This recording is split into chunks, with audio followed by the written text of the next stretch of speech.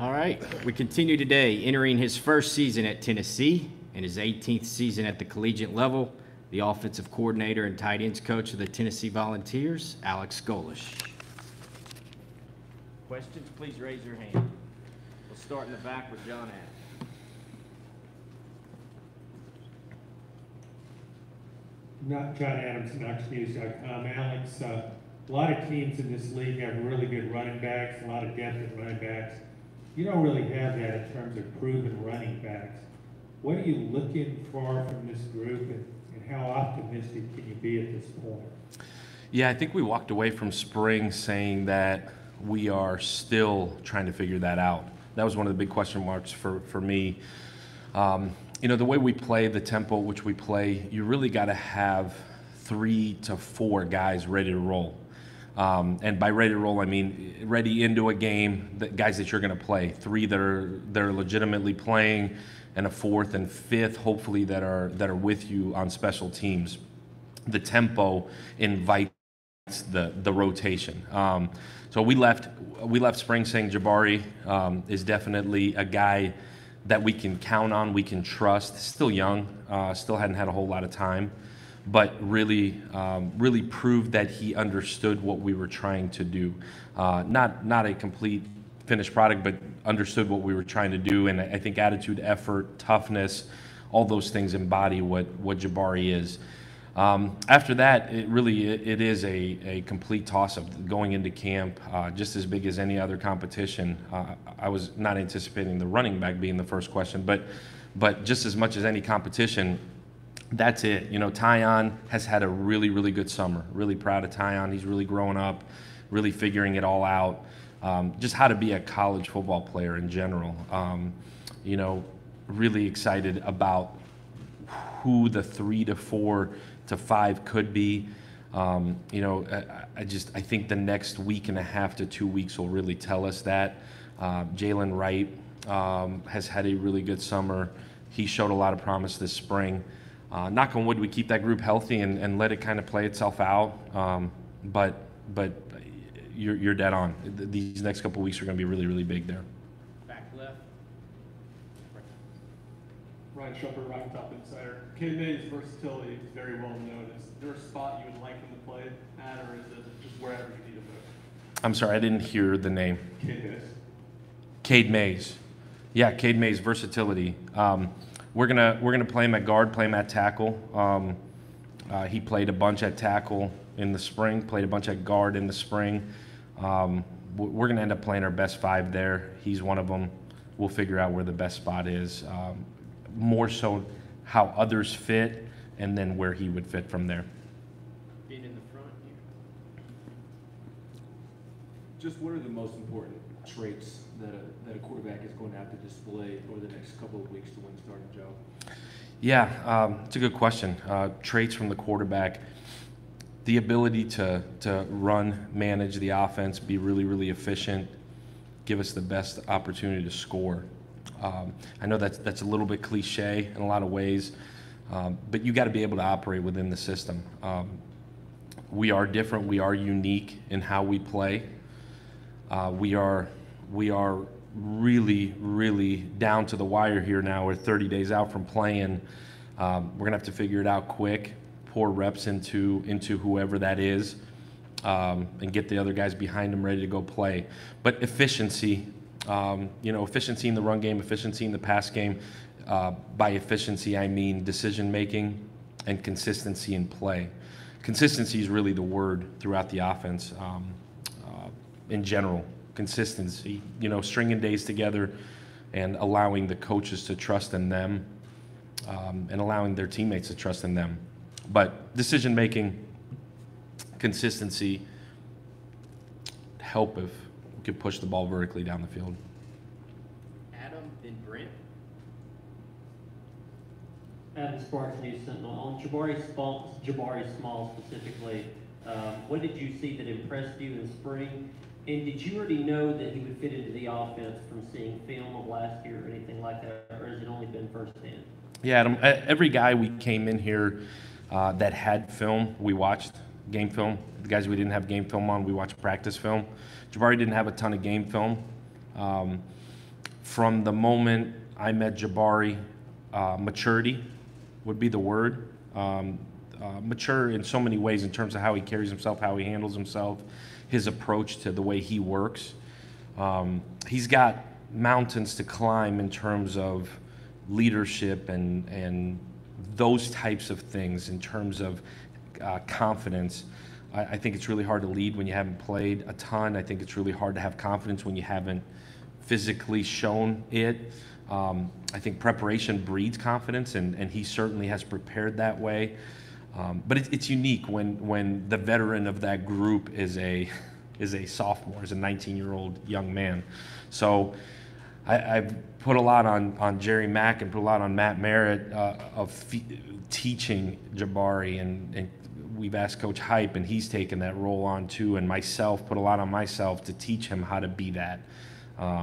But until we get into games and get to playing, I think that's really, really hard. But maturity would be the word. He's really talented. He's got great feet, great balance, great vision. He's a natural running back. He's a real SEC running back. But maturity, the way he goes about his work, and I'm excited to see him grow. He's going to be fun to watch. You and Coach Heupel have talked since you've been here about kind of the flexibility of the offense. You can do it different ways depending on your personnel, whether it's quarterback, tight end, whatever. Does this offense have an identity? Do you have an identity for this offense as you go into fall camp based on what you got done in the spring? Yeah, absolutely. I think we came in and because we were so different schematically, at least what we hoped to be, so different than what it was here. I think we had to kind of create that identity a little bit, and not a big slogan guy, acronym guy. We use one word, attack, and attack legitimately from an outside looking in. What attack means, and it can be quantified, but what attack means is playing harder than your opponent for longer. And within that is the tempo. Within that is how we play. But in terms of the actual plays and what we do, the kids understand the identity. We're going to line up really fast. We're going to play really fast. We're going to communicate extremely well. We're going to play harder than our opponent for longer. That is a daily battle, just like the culture we're building, just like what we want our team to resemble from the outside looking in, from the inside looking out. The identity of our offense is something you're fighting for every day. Starts with playing harder than your opponent for longer. The tempo, the pace at which we play, that is the identity. Having fun is the result of that, and I think to Coach Hype, that's so big that we are positive, that we enjoy what the kids enjoy what we're doing. We as coaches enjoy what we're doing. And to be honest with you, we haven't like truly faced any adversity as an offense or a defense, really as a team, that would make us really overcome a whole lot of hurdles yet. We have as coaches and as we've navigated our way through since we got here at the end of January, but as a team, that's what I'm excited to see. I'm excited for it to be hot. I'm excited for guys to be tired. Excited to line up in a scrimmage with nobody in the stands and things get really hard and see how we overcome that. We've had that a little bit in the spring, and guys individually have had some situations, but I'm excited for it to get hard and see what those tests look like before we line up on September 2nd. That, for me, is what I want to see in the next couple of weeks. Patrick and Jimmy. Hey, Alex, Patrick Brown with 24/7 Sports. With your group specifically, with tight ends, with Austin Pope not being available, how does that sort of change your thinking, and does it mean you guys have to maybe get a freshman ready, maybe like Miles behind Preston Jacob? Yeah, Patrick. Losing Austin, I think we, in some ways, we're getting close to prepared for that. He missed some time this spring. I kind of looked at him as a bonus in a lot of ways, being a veteran guy that's played a bunch.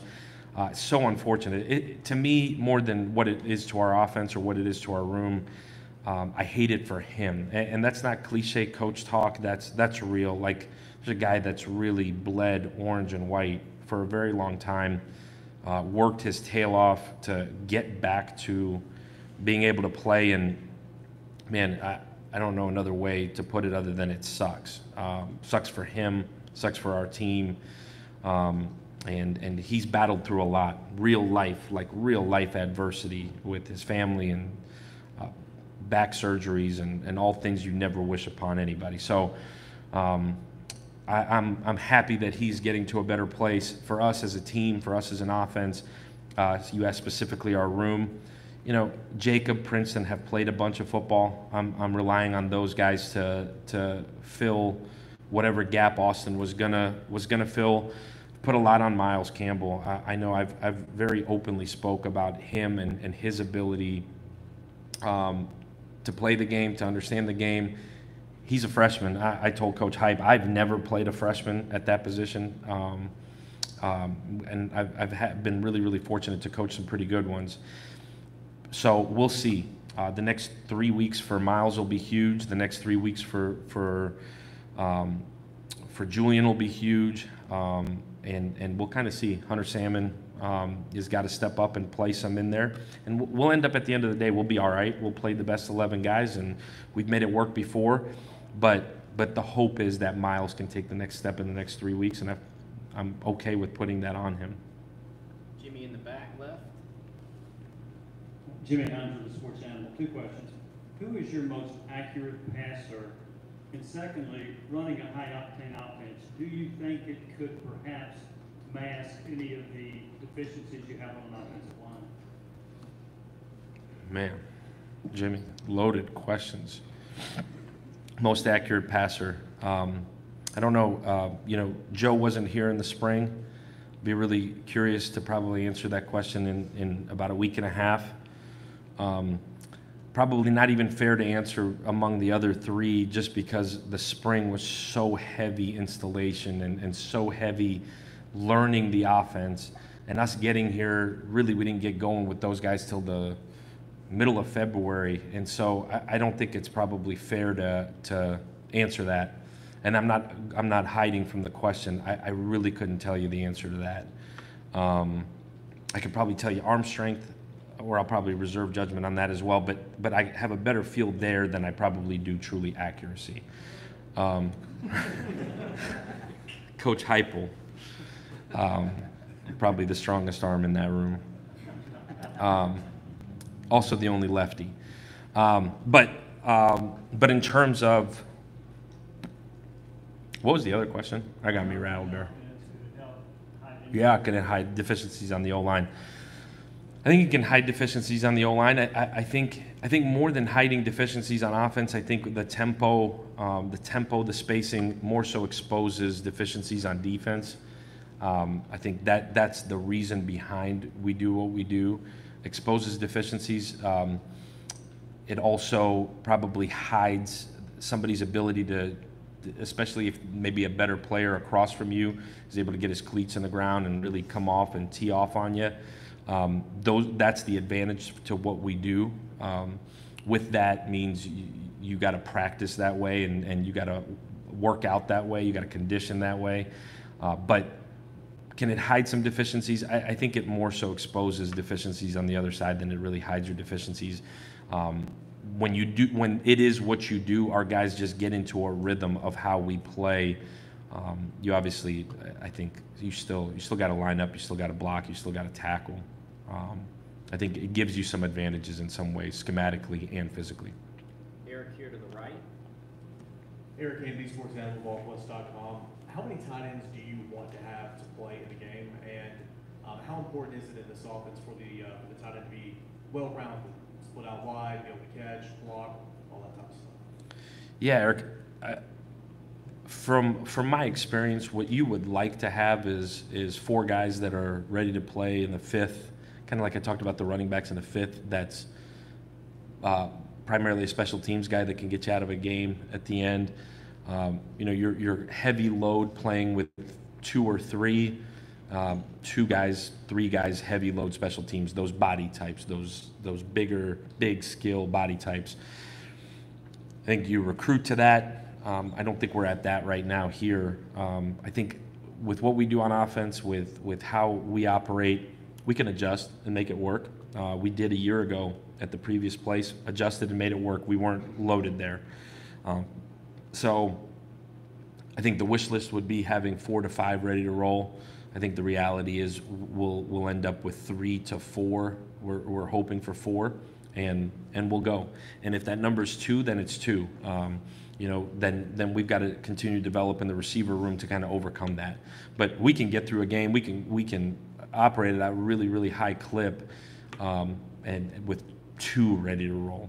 But obviously, that's a position that's really gives you so much flexibility. Gives you the ability. It's way easier to call when you have multiple tight ends that you can play. In terms of a guy that can do it all, you want to recruit guys that can play flex, they can play in the box, they can play attached.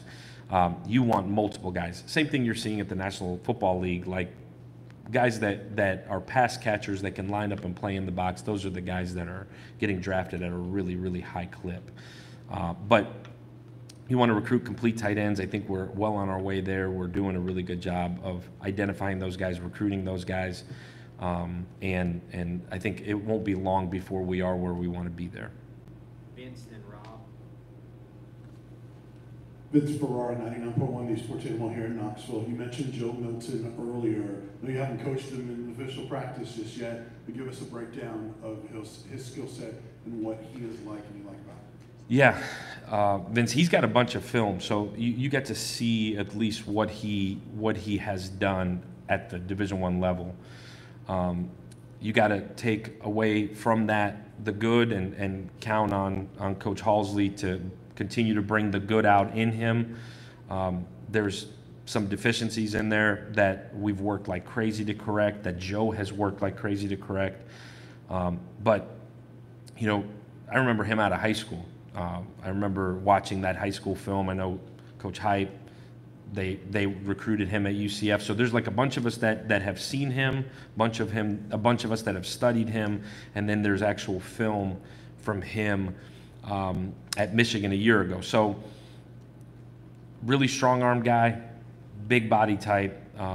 Big body. He is big. He is as big of a quarterback as I've ever been around. Strong, really strong arm. Has the ability to run. They did not ask him to do that just a ton, but can win running the football with him as well. But extremely strong arm. Since he's been here, you kind of look at the film, you realize he's a really highly intelligent, fun guy to be around. Loves football. All those things that we preach in recruiting, all those things that we internally constantly talk about. Guys that are mentally tough, guys that are intelligent, guys that share a love for the game of football. Those are the guys we want in our program. He fits that. I'm going to go back to what I said earlier. We've not gone through any adversity with Joe. Joe had gone through adversity at Michigan. Obviously ups and downs in his career season there a year ago. We've not gone through any of that with Joe. We've not gone through any of that in a lot of ways with a lot of guys. That will be the true tell of what Joe is. I'm excited to see it. He's excited to show us. He's excited to show himself, his family, like that he can take the next step as a passer, as a runner, as a quarterback, as a guy that can lead a big-time college football program to where it should be. Now, we'll find out. I'm excited to find out. I think we're all excited to find out because he's the only one out of those guys that we have not seen in person, live, in this system, in this offense. I'm excited. I'll have a way better idea in a week and a half, and we'll find out. Rob Lewis, LongWest.com. Coach, staying with quarterbacks, is there a sense of urgency in establishing a pecking order so you can start divvying up the reps in the way you want to, so the guy, the first and second guys get the bulk of the work in practice? Absolutely. To me, there's a huge sense of urgency. You want to start to shape the offense towards who that guy is and having a plan for who the next one is. Because you got to prepare. You got a plan A, and then you got to have a plan B. And this COVID thing's still real. You got to have a plan C. And so maybe a plan D even. So I would like to get a pecking order as fast as we can. We're going to give all of those guys a really honest, fair shake at this thing early, and then the pressure's on to at least get your top 2 to a point where you can start to split those reps, and we'll have a really good idea. Like I said, week and a half is my goal, to at least have a top 2, maybe 3, narrow down to a top 2. And the neat thing for me as the offensive coordinator is Coach Hype has been through it, done it. I've really leaned super heavy on him in that regard to help with that part of it. And Joey Halsley has been right at his side for a really long time with it. We talk about it daily, just like you guys talk about it daily. But for me, for us as an offense, I think the faster it happens, the better. Now, when it gets announced and all that, I think that would be obviously up to Coach Hype. And if I had it my way, nobody would know till we rolled out on September 2nd. I don't know if that's possible or not here. Seems to be not. But I have learned that. So I won't answer the question when it comes up. It'll have to get leaked out. Bill, that's on you. Blake Totmeyer, USA Today Network. Alex, what's your philosophy on 2 quarterback systems? Yeah. I guess, Blake, the best way I can answer that is we're going to play the best 11 guys we got. And generally that's 1 quarterback in there. I think you can certainly play with 2. I've done it. I've been around it. Coach Hype has done it, has played with 2. I think we're going to play the best 11, and then everybody else that earns our trust and deserves to play, we're going to fight our tails off to play as well. So will there be 2 quarterbacks playing in a game? I would probably bet there certainly could be. There'd be 3, like that would probably be a stretch. But to me, I would love to have 1 guy you can hang your hat on and you can really build this thing around. If there's another one that deserves the opportunity to play, we'll certainly do it. But I truly believe that. Last question, Joe, in the middle here. Joe Rex with The Athletic. Actually, Rob and Blake both asked questions I was going to ask you, but also on the quarterbacks. You mentioned adjusting the offense to whoever maybe gets the job or gets more reps. How much difference in the skill sets are we talking about here? Yeah, Joe. I mean, there's obviously athletically different skill sets, ability to throw the ball down the field, different skill sets. In terms of what we do from a big picture standpoint, tempo, splits, how we operate from play to play, how we operate situational football wise, most of that is a system that you're trying to fit a guy into. In terms of the actual plays, in terms of how you can gain an advantage, you're going to tailor it specifically to a guy's skill set. You look at, like, at least in the recent history, how a Dylan Gabriel is different than a Mackenzie Milton, and like in Hype's pedigree, a Drew Lock is different than a Mackenzie Milton. You can look at it a bunch of different ways, but guy that can give you an advantage running the football, you would game plan drastically different than a guy that maybe cannot, that can't get you out of trouble with his feet. So truly athletic ability, ability to run the football. Can that quarterback be an extra guy in the run game for you? Because that is drastically different. And if he can't, you plan it out different. And we have the ability with how we operate in the run game, how we operate in the pass game to adjust it. But again, the faster you can get to that, the better, because you start to build it that way, and your skill guys get to catch the ball from one particular guy or 2 particular guys, and even the O-line hearing it from the same guy in a rhythm over and over again. And at the same time letting that guy screw up, and me having a feel for what that guy likes.